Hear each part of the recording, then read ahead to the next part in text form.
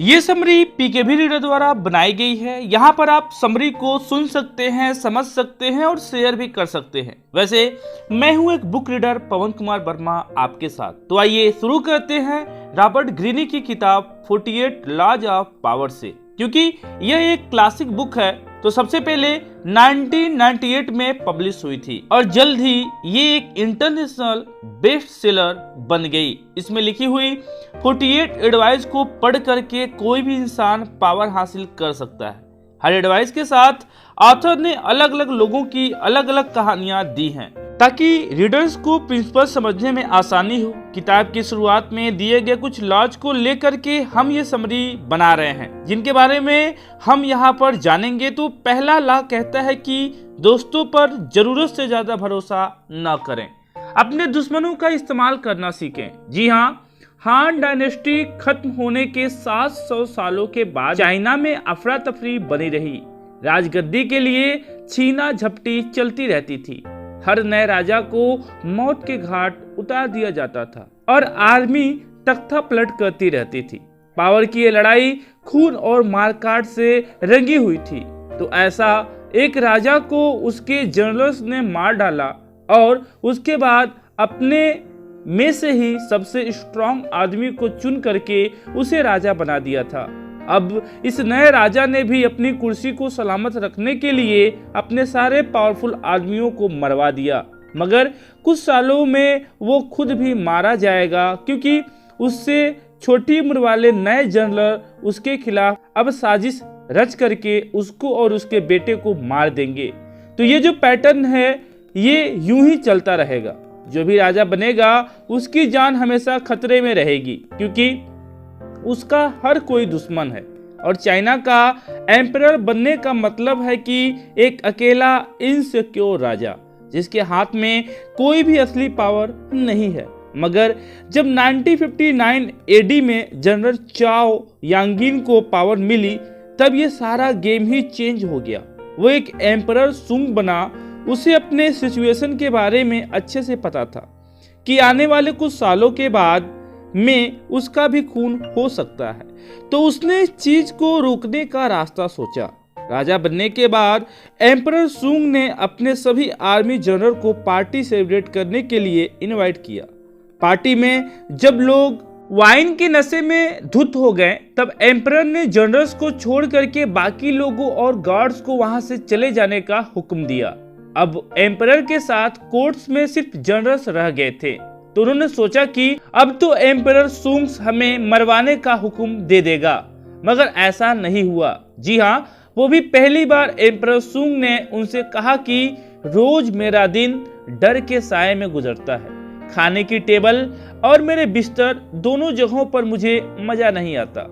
मुझे यकीन है कि आप में से कोई भी अपने साथ ये सब देखने के लिए राजा बनने के सपने नहीं देख रहा होगा। तो एम्परर सुंग की बात सुन करके जनरल्स डर गए। उन्होंने एम्परर्स के खिलाफ कोई भी साजिश न रचने और हमेशा वफादार बने रहने का वादा किया। मगर एम्परर सियाना था। उसे पता था कि दौलत के लालच में इंसान कुछ भी कर सकता है। तो एम्परर सुंग ने उनसे वादा किया कि जिंदगी जीने का सबसे अच्छा तरीका यही है कि इज्जत और अमीरी में सुकून भरे दिन गुजारे जाएं। अगर आप लोग अपना कंट्रोल छोड़ने को तैयार हैं, तो मैं वादा करता हूं कि आप सबको फाइन स्टेट और दौलत से मालामाल कर दूंगा। अब जनरल हैरान थे कि एम्परर उन्हें दौलत और सिक्योरिटी देना चाहता है।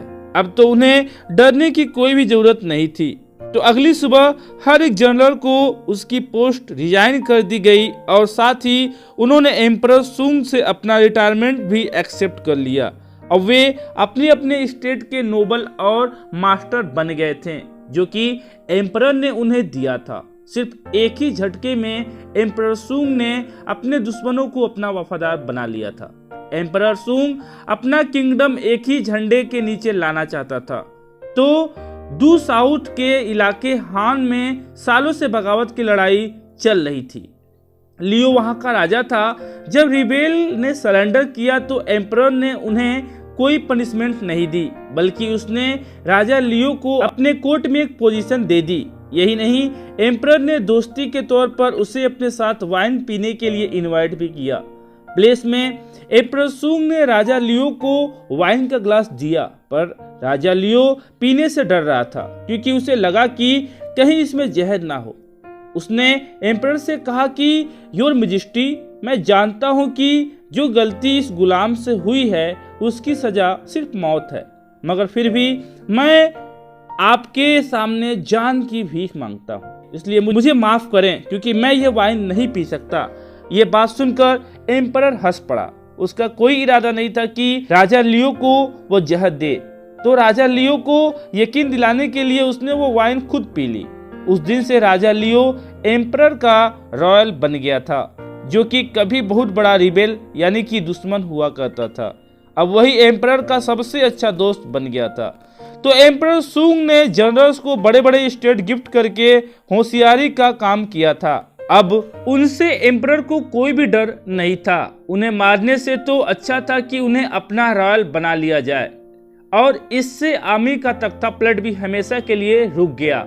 एम्परर सुंग पहला इंसान था जिसने चाइना में सिविल वार और वायलेंस को खत्म किया। सुंग डायनेस्टी 3 सेंचुरी तक चाइना में राज करती रही। तो कहने का मतलब यह है कि वो आदमी जिंदगी भर आपका एहसानमंद रहेगा जिसे आपने मौत की सजा से बचाया हो या किसी भी बड़ी प्रॉब्लम से बचाया हो। ऐसा आदमी आपके खातिर दुनिया के आखिरी कोने में भी चला जाएगा। अब आप अपने दुश्मनों से दोस्ती कर लेते हैं तो वो आपके दोस्तों से भी ज्यादा भरोसेमंद निकलते हैं, और हमारे दोस्त अक्सर लड़ाई न हो जाए यह सोच करके हर बात पर हामी भर लेते हैं। आपको बुरा ना लगे इसलिए वो अपनी क्वालिटी को छुपा करके रखते हैं। हो सकता है कि आप उनको इतने अच्छे से नहीं जानते जितना आपको लगता है। हो सकता है कि वो आपसे जलते हों। जब भी कोई मुसीबत आती है तो अक्सर दोस्त भाग जाते हैं, और दूसरी तरफ आपके दुश्मन हैं जो किसी सोने की खान से कम नहीं है। बस आपको यह खान खोदनी है। आगे जानते हैं अगले लॉ के बारे में, जो कहता है कि अपने इरादों को हमेशा छुपा कर रखें। कहने का मतलब यह है कि 17वीं सदी के फ्रांस की एक बहुत ही मशहूर नाचने वाली हुआ करती थी जिसका नाम था निनांडी लेंटलास। वो इतनी खूबसूरत थी कि बड़े बड़े पॉलिटिशियन, थिंकर, राइटर उसके प्यार में पागल थे। प्यार के मामले में वो औरत काफी एक्सपीरियंस थी। वैसे निनॉन ये बात जानती थी कि सिडक्शन एक गेम है, एक आर्ट है जिसमें प्रैक्टिस से परफेक्ट बना जा सकता है। तो धीरे धीरे वो मशहूर होती चली गई। फ्रांस के अमीर घरों के लड़के उसके पास आते जाते थे। वो उन्हें प्यार करना सिखाती थी। उन्हीं में से मर्क्यूस डी सेवी भी आया करता था। मर्क्यूस बस 22 साल का ही था और वो बहुत ही अमीर और हैंडसम था, मगर प्यार के मामले में भी बिल्कुल अनाड़ी था। तब तक निनान 62 साल की हो चुकी थी, फिर भी काफी फेमस थी। तो उसने मर्क्यूस की स्टोरी को सुना। उसे एक जवान और सुंदर अकाउंटेंट से प्यार हो गया था, मगर उसे समझ नहीं आ रहा था कि वह अपने प्यार का इजहार कैसे करे, और इस चक्कर में उससे बहुत सारी गलतियां हुई। तो सबसे पहले तो निनॉन ने मर्क्यूस को समझाया कि प्यार किसी जंग से कम नहीं है। उसने समझाया कि मर्क्यूस को अपना हर एक स्टेप प्लान करना पड़ेगा और फिर ध्यान से वो सारे प्लान को एग्जीक्यूट करना होगा। तो निनॉन ने मर्क्यूस से कहा कि वो प्यार की जंग के लिए तैयार हो जाए। उसे अकाउंटेंट से दूरी बनानी होगी और उसको इग्नोर करना पड़ेगा। मर्क्यूस जब अकाउंटेंट से दोबारा मिला तो एक दोस्त की तरह मिला। तो उसके इस हरकत से अकाउंटेंट्स को लगा कि वो तो सिर्फ दोस्ती करना चाहता है। वो इस बात से थोड़ी कंफ्यूज हो गई। अब अगला स्टेप था अकाउंटेंट्स को जलाना। तो मर्क्यूस हसीन और जवान लड़कियों के साथ टेरिस पर घूमने गया। इससे अकाउंटेंट्स खूब जली और उसे यकीन हो गया कि ये सारी लड़कियां मर्क्यूस को पाना चाहती हैं। निनॉन ने एक्सप्लेन किया कि औरत ऐसे मर्द को चाहती है जिसके पीछे पहले से ही बहुत सी औरतें पड़ी हों। ऐसे आदमी का प्यार जीतने में उसे ज्यादा खुशी मिलती है। अब अकाउंटेंट्स को कंफ्यूज करने और जेलस फील कराने के बाद उसे सेड्यूस करने का यही सही टाइम होगा। मर्क्यूस को अब अपना रूटीन चेंज करना था। उसका कोई अगला कदम बिल्कुल अनप्रेडिक्टेबल होना चाहिए। उसे उन इवेंट्स को अवॉइड करना था जहां अकाउंटेंट्स के आने के चांसेस थे, और उन सैलून्स में जाना था जहां अकाउंटेंट्स अक्सर आती थी। तो 2 हफ्तों के बाद मर्क्यूस ये सारे स्टेप में माहिर हो गया। निनान उसकी प्रोग्रेस को नोट करती थी। उसके जासूस उसे सारी खबर पहुंचाते थे। वो खूब हंसती थी जब मर्क्यूस आकर के उसे सारी कहानियां सुनाता था। निनान ने सुना कि वह खूबसूरत अकाउंटेंट्स अब मर्क्यूस के लिए बेकरार हो रही थी। वो उसके बारे में पूछताछ करती रहती थी। सोशल अफेयर में वो मर्क्यूस को देखती रहती थी। तो निनान को यकीन हो गया था कि अब अकाउंटेंट्स को भी मर्क्यूस से प्यार हो गया है। कुछ दिनों में वो उसकी हो जाएगी, मगर तभी अचानक गड़बड़ हो गई। मर्क्यूस अकाउंटेंट से उसके घर मिलने गया था, मगर वहां उससे मिलकर वह डिस्परेट हो गया और वो निनान की एडवाइस को भूल गया और उसका उल्टा कर दिया। उसने अकाउंटेंट्स का हाथ पकड़ लिया और अपने प्यार का इजहार कर दिया। उसकी इस हरकत से अकाउंटेंट्स शॉक्ड रह गई। उसने तुरंत अपना हाथ छुड़ा लिया। जैसे जैसे रात ढलती गई, वो खूबसूरत लड़की मर्क्यूस को अवॉइड कर रही थी। उसने उसे गुड नाइट भी नहीं कहा और बाहर तक छोड़ने भी नहीं आई। मर्क्यूस जब दोबारा उसके घर गया तो उसे बताया गया कि अकाउंटेंट्स कहीं बाहर गई है, मगर अब मर्क्यूस उसके घर कई बार गया।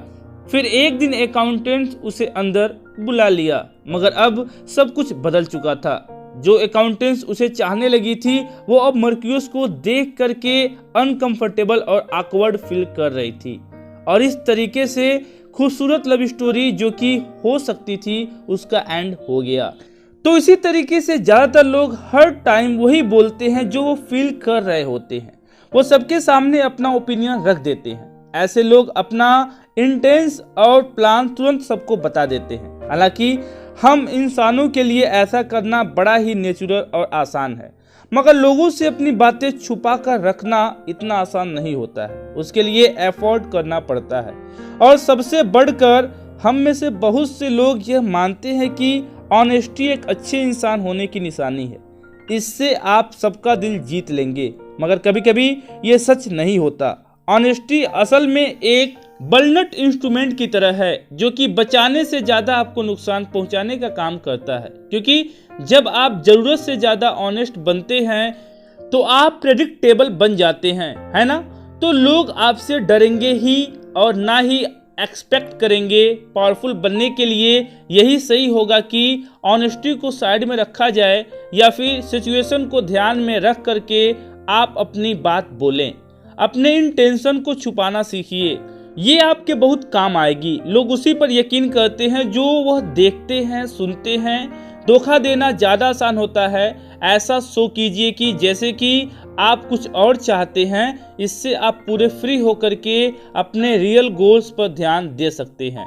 प्यार के गेम में कॉन्फ्लिक्ट लाएं, जैसे कि एक टाइम में चाहत और बेरुखी दोनों दिखाएं। इससे ना सिर्फ वो भटक जाए बल्कि आपको पाने के लिए तरस जाए। तो इसी के साथ थोड़ा और आगे बढ़ते हैं और बात करते हैं अगले लॉ के बारे में, जो कहता है कि कभी भी अपने मास्टर से आगे न निकलें। इसे समझने के लिए गैलीलियो गैलीली की रियल स्टोरी आपकी काफ़ी मदद करेगी। तो होता यूं है कि गैलीलियो गैलीली एक इटालियन साइंटिस्ट हैं। ये तो आप सभी जानते हैं। सन 1600 के शुरुआती दिनों में वो बड़ी ही प्रॉब्लम से गुजर रहे थे, क्योंकि उन्हें अपनी रिसर्च की फंडिंग के लिए रूलर्स पर डिपेंड रहना पड़ता था। गैलीलियो ने जितनी डिस्कवरी और इन्वेंशन किए वो सब उनके रूलर्स को डेडिकेटेड थे। तब रिनेसांस के टाइम में हर साइंटिस्ट को यही करना पड़ता था। जब उन्होंने मिलिट्री कंपास इन्वेंशन किया तो उनको वो ड्यूक गोनगांसा के सामने पेश करना पड़ा। तो उन्होंने इस कंपास को यूज करने के बारे में किताब भी लिखी थी। ये किताब गैलीलियो ने मेडिसी फैमिली को दी थी। ड्यूक और मेडिसी दोनों बहुत ही इम्प्रेस हुए और उन्होंने गैलीलियो को और स्टूडेंट्स दिए। हालांकि गैलीलियो ने कई ग्रेट डिस्कवरी की, फिर भी उनके रूलर्स हमेशा बस गिफ्ट दे करके पे करते थे, कभी भी कैश नहीं देते थे। इससे गैलीलियो हर चीज के लिए अपने रूलर्स पर डिपेंड रहते थे। इवन अपने रोजी रोटी चलाने के लिए भी उन्हें अपने रूलर्स का फेवर लेना पड़ता था। तो 1610 में गैलीलियो ने जुपिटर की मून्स की डिस्कवरी की। इस बार उन्होंने एक नई स्ट्रेटजी अपनाई। उन्होंने अपनी डिस्कवरी को अपने हर पेट्रोन के हिसाब से बांट दिया, जैसे कि किसी के लिए टेलीस्कोप, दूसरे के लिए कोई किताब वगैरह वगैरह। इस बार गैलीलियो ने ना मेडिसी पर फोकस किया, उसने जुपिटर के मून की डिस्कवरी उनके नाम कर दी। और ये बहुत ही बढ़िया टैक्टिक्स थी, क्योंकि जुपिटर हमेशा से ही मेडिसी फैमिली का सिंबल रहा था। क्योंकि मेडिसी फैमिली के फाउंडर कोसिबो वन जुपिटर को बहुत पावरफुल गॉड मानते थे। ग्रेट माइकोलॉजी में जुपिटर को ज्यूस कहा जाता है। कैसिबो वन ने जुपिटर को मेडिसी डायनेस्टी के पावर का सिंबल मान लिया था। उसने 1540 में मेडिसी की फाउंडेशन की थी और गैलीलियो ने अनाउंस किया कि उसने जुपिटर की मून्स की खोज कॉन्सिमो II कोरोनेशन डे पर की थी। उसने सारी इटली और कोर्ट के आगे मेडिसी को यह ऑनर दिया। जुपिटर के 4 मून्स हैं और गैलीलियो ने दावा किया कि चारों मून्स कॉसिमो II और उसके तीनों भाइयों का सिंबल है। चारों मून्स जुपिटर के चारों तरफ उसी तरह घूमते हैं जैसे मेडिसी के फाउंडर कैसिमो वन के चारों बेटे थे। सब करके गैलीलियो ने पूरी इटली को यह दिखाने की कोशिश की कि मेडिसी डायनेस्टी को हेवन यानी कि स्वर्ग की ब्लेसिंग मिली हुई है। गैलीलियो ने एक एम्बलम भी बनाया जिसमें आसमान में 4 स्टार के बीच में गॉड जुपिटर को दिखाया गया था। उसने इस एम्बलम को कैसिमो II का नया सिंबल बनाकर पेश किया। गैलीलियो ने जो एफर्ट किया उसके काम आया। उसी साल कैसिमो II ने उसे राज्य का ऑफिशियल मैथमेटिशियन फिलोसफर बना दिया। तो इतना कुछ करने के बाद अब गैलीलियो को पूरी सैलरी मिलने लगी थी। अब इस काम की वजह से वो किसी भी पैटर्न्स पर डिपेंडेंट नहीं था। अब उसे किसी के आगे हाथ फैलाने की जरूरत नहीं थी, क्योंकि सारे मास्टर अपने सब्जेक्ट के सुपीरियर बनना चाहते हैं। उन्हें यह डर होता है कि उनके सब्जेक्ट उनसे ज़्यादा इंटेलिजेंट और ब्रिलियंट ना बन जाए। उन्हें इन्वेंशन और साइंस डिस्कवरी से कोई लेना देना नहीं होता। उन्हें तो बस अपने नाम और अपनी शान की फिक्र रहती है। मेडिसी फैमिली का नाम आसमान के सितारों से जोड़ गैलीलियो ने उन्हें और भी ज्यादा ऑनर दिया था। गैलीलियो जैसे इंटेलिजेंट लोगों से उनके मास्टर इसीलिए इनसिक्योर रहते हैं क्योंकि वह नहीं चाहते कि वे इन कामों के लिए पैसे देते हैं, यानी कि फाइनेंसर रहें। वो इन्वेंशन और डिस्कवरी में अपना नाम भी चाहते हैं। वो दुनिया को दिखाना चाहते हैं कि वो बहुत ही पावरफुल भी हैं और इंटेलिजेंट भी। गैलीलियो यह बात खूब अच्छे से समझते थे, तभी तो उन्होंने मेडिसी फैमिली की इतनी खुशामद की। तो गैलीलियो ने खुद को रूलर से ज़्यादा इंटेलिजेंट दिखाने की कोशिश नहीं की, तभी तो उनके मास्टर भी उनसे इनसिक्योर नहीं थे, बल्कि उसने अपने मास्टर मेडिसी फैमिली को हेवनली बॉडी के साथ जोड़ करके उनका स्टेटस इटली में इतना ऊंचा कर दिया था। उसने खुद से ज़्यादा अपने मास्टर की शान बढ़ाई, जिससे खुश होकर के उसके मास्टर ने उसे खूब इनाम दिए। कहने का मतलब ये है कि आपके लिए बड़ी डेंजरस बात है कि अगर आप अपने मास्टर की इनसिक्योरिटी की वजह बनते हैं, आपको हर हाल में अपने मास्टर की खुशामद करनी है, पर ऐसा चालाकी से करें। ले जाने दीजिए सारा क्रेडिट अपने मास्टर को। उन्हें हरगिज यह न दिखाएं कि आप उनसे ज़्यादा ब्रिलियंट हैं। मासूमियत से अपना काम करते रहें। हर काम में मास्टर की सलाह जरूर लें, और अगर कोई कमाल का आइडिया आपके दिमाग में आता भी है तो ये दिखाइए कि वो आइडिया आपके मास्टर का था, ना कि आपका। मतलब ये कि उसका क्रेडिट भी आप अपने मास्टर को दे दें। तो इस तरीके से अगर आप अपनी पावर चाहते हैं तो अपनी खूबियों को छुपा करके रखें। लोगों को नाम कमाने दीजिए, आप उन्हें बिल्कुल भी इनसिक्योर फील न कराएं। जब आपका वक्त आएगा तब यही बात आपके लिए एक एडवांटेज बन जाएगी। तो इसी के साथ अब अगले लॉ से हमें क्या एडवांटेज मिलता है वो जानने का टाइम आ गया है। और अगला लॉ कहता है कि उतना ही बोलें जितना जरूरत हो। बहुत पहले फ्रेंच कोर्ट में यह रिवाज था कि स्टेट इशूज पर पहले डिस्कस किया जाता था और फिर उन्हें राजा के सामने पेश करते थे। नोबल्स और मिनिस्टर के बीच कई दिनों तक बहस चलती रहती थी। फिर उन्हें अपने 2 रिप्रेजेंटेटिव चुनने होते थे। दोनों लुइस XIV के आगे बारी बारी से अपने व्यूज एक्सप्लेन करते थे। और अब राजा को डिसाइड करना था कि स्टेट इश्यूज के लिए कौन सा रिजोल्यूशन बेस्ट रहेगा। तो आखिर में रिप्रेजेंटेटिव राजा के पास आए, उन्होंने इश्यूज रखे और उन्हें रिजॉल्व करने की तो बेस्ट पॉसिबल टेक्निक्स भी बताई। लुईस XIV बस सुनते रहते, उनके चेहरे पर कोई एक्सप्रेशन नहीं थे। जब वे लोग अपनी बात पूरी कर लेते तब राजा कहता कि मैं देखता हूं, और बस यही बोल करके वो कोर्ट से चले जाते। लुईस XIV उस सब्जेक्ट पर कभी फिर बात नहीं करते थे। उनके कोर्टमैन को कुछ दिनों बाद पता चलता था कि उन्होंने क्या डिसीजन लिया था, क्योंकि तब तक लुईस स्टेट इश्यूज पर काम करवा चुका होता था। तो यहाँ पर उसकी चुप्पी से किसी को भी ये पता नहीं चलता था कि उसके दिमाग में आखिर चल क्या रहा है। उसके अगले स्टेप को प्रेडिक्ट करना बहुत मुश्किल होता था। उसकी चुप्पी की वजह से ही उसके दरबारी लोग बातें करते रहते थे और वह सबके दिमाग के बातों को जान लेता था, मगर उसके दिमाग में क्या है यह किसी को पता नहीं चलता था। लुईस XIV उन लोगों से मिली इंफॉर्मेशन को उनके खिलाफ भी इस्तेमाल करता था, जिसकी वजह से वो बहुत ही पावरफुल बन गया था और लोग उससे डरते थे। वह किसी को भी उखाड़ फेंक सकता था क्योंकि उसे सबकी कमजोरी मालूम थी। तो इस तरीके से यह साइलेंस यानी कि यह शांत रहना लुईस XIV का सबसे बड़ा हथियार था। अपनी बातों को लिमिट रखने से यानी कि छुपा कर रखने से ना सिर्फ आप पावरफुल बनेंगे बल्कि इससे आप कई गलतियां करने से भी बच सकते हैं। जब आप बिना सोचे बोल देते हैं तो कई बार गलत या बेवकूफ़ी की बात भी बोल देते हैं और इससे आप मुसीबत में पड़ जाते हैं।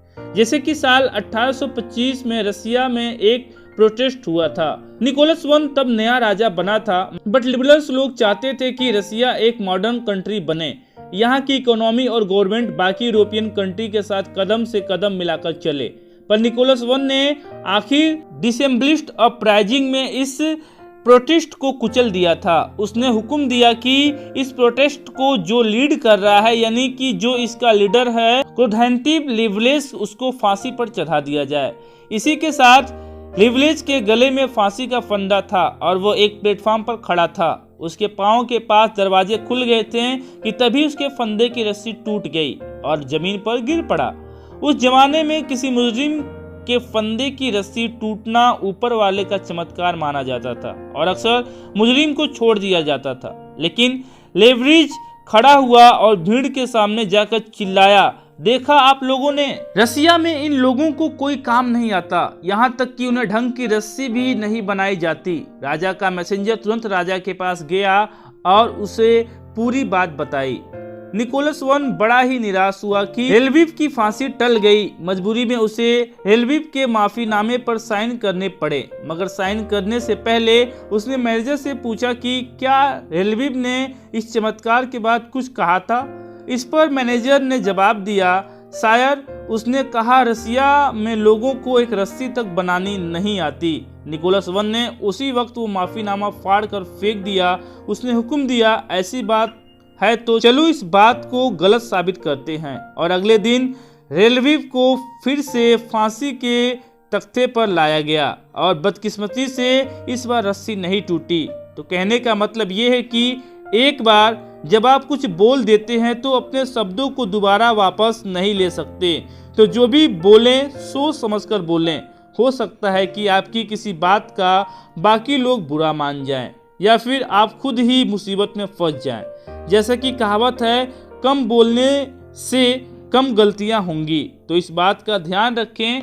वैसे ये तो बस कुछ एडवाइस हैं जो आप अपनी डेली लाइफ में अप्लाई कर सकते हैं। ये एडवाइस ना सिर्फ उनके लिए यूजफुल हैं जो पावरफुल बनना चाहते हैं, बल्कि आप दूसरों के साथ अपने रिलेशनशिप को इम्प्रूव करने के लिए इन्हें यूज कर सकते हैं। तो कभी भी अपने मास्टर से आगे मत बढ़िए। को आप इस बात से समझ सकते हैं कि जो लोग आपकी हेल्प करते हैं उनका एहसान हमेशा मानिए।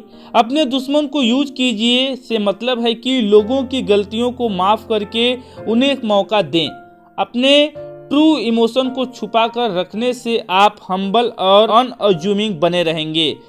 तो कम बोल करके आप और बेहतर इंसान बन सकते हैं। इस किताब को पढ़ करके जरूरी नहीं है कि आप कोई पॉलिटिशियन बन जाएं, मगर कुछ न कुछ तो जरूर सीखेंगे। और हाँ, कुछ भी बनने के लिए एक अच्छा इंसान बनना बहुत ज़रूरी है, जो इस किताब को पढ़ करके आप जरूर बन सकते हैं। वैसे तो ये कुछ ला थे, आगे की बाकी ला को आप इस किताब में ज़रूर से पढ़िएगा। तो इसी के साथ दोस्तों ये ऑडियो बुक समरी यहीं समाप्त होती है। कमेंट बॉक्स में लिख करके हमें ज़रूर बताइएगा कि ये ऑडियो बुक समरी आपको कैसी लगी, और अगले हफ्ते आप कौन सी समरी को सुनना चाहेंगे, ये भी आप हमें कमेंट चैट में जरूर से लिखिएगा। तो इसी तरह पीकेबी रीडर को सुनते रहिए। आपसे मुलाकात होगी बिल्कुल बहुत जल्दी ही। तब तक के लिए जय हिंद, जय भारत।